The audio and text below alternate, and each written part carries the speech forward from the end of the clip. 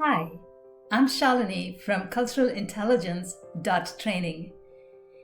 In the previous video, we learned about the tolerance of ambiguity. Today, we're going to approach our tolerance of ambiguity from a trauma-informed frame. Starting a new role in a different culture is exciting, but if you're a leader with PTSD or complex post-traumatic stress disorder, you might also find yourself feeling overwhelmed, anxious, or even afraid. Post-traumatic stress disorder or complex post-traumatic stress disorder can decrease your tolerance of ambiguity. Our brain is wired to scan for danger. So when social norms are unclear or interactions feel unfamiliar, our nervous system might overreact and we might start feeling anxious, overwhelmed, or overly alert or hyper-alert. Sometimes you may experience these feelings without consciously recognizing that you're anxious, emotionally overwhelmed, or overly alert.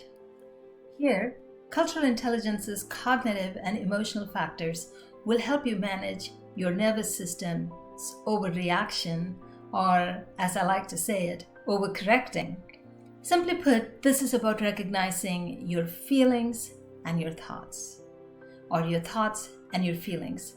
Because our thoughts and our feelings are so intertwined, it is hard to say what started first, whether you felt something and then thought something, or whether you thought something and because of that you felt something when you have complex post-traumatic stress disorder or post-traumatic stress disorder. One of the best ways to mitigate this overcorrection of our nervous system is to build our knowledge and our awareness of our outside world and our understanding of ourselves. So let's look at building our knowledge of the outside world. Build your knowledge of local customs by reading, watching videos, or talking to the locals. Not just what people do, but the history behind it and the reasons for it. It's also really important to learn about the work culture in this country or community that you're going to. Observe and record the patterns and anomalies that you notice. This will help you to create structure and also have a sense of predictability. Now, let's look within ourselves. Look within yourself. What are you feeling? Sometimes you can recognize what you're feeling and why you're feeling this emotion. At other times, you cannot. Everything is okay. It's just an outcome of PTSD or complex PTSD. However, strategies for managing these emotions must be built to enable you to not just survive, but thrive at work. There are two types of strategies that we need. The first is an instantaneous grounding strategy, an emergency toolkit, I like to call it. When you're in a public space, like in a team meeting, you will need this emergency toolkit to instantly ground yourself. For some of us, this emergency toolkit might be something as simple as holding a hot cup of coffee during the meeting or a cold can of Coke. Either the cold or the heat, when our skin feels that temperature change, for some of us, it helps us to stay grounded or to become grounded and be in the present. For others, it might be calling in your senses. One thing I can smell, one thing I can touch, one thing I can see. For some, it might just be leaning back and doing a breathing exercise.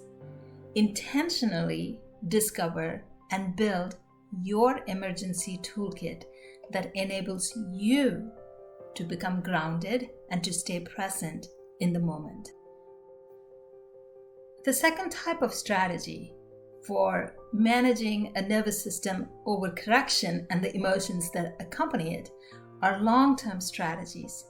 These strategies help us to heal and to grow and build a lifestyle of success. Some of these long-term strategies includes journaling, breathing exercises, somatic practices, meditating, and if you're a person of faith, reading aloud the Gospels or the Psalms. All these, you don't have to do them every day, but doing them regularly, all these or some of these strategies that you choose to use will help you to heal and grow and thrive and come back to a sense of normalcy in the long run. These long-term strategies will systematically increase your tolerance for ambiguity and will help you to more easily integrate in a new culture. Another tool that we have found useful is to intentionally reinforce who you are. This is particularly helpful when you face a crisis in the new culture. Often, those who are left with complex post-traumatic stress disorder are people who are very caring and loving. Complex trauma may have harmed your self-perception. So, if you run into a crisis at work, remind yourself of who you are before you assess what happened. For example, remind yourself who you are. I am a kind person. Then assess what happened. So why did I treat my assistant so poorly? And then when you assess the situation and the why shows that you are at fault, you can work on repairing this work relationship and to return to a healthy state without losing who you are. Now we've come to the end of this video, but there's one thing I want you to remember before we close. Throughout this work-life journey, always love yourself. You are defined by who you are and not what you do. Remember that. You are defined by who you are and not what you do. So always love yourself.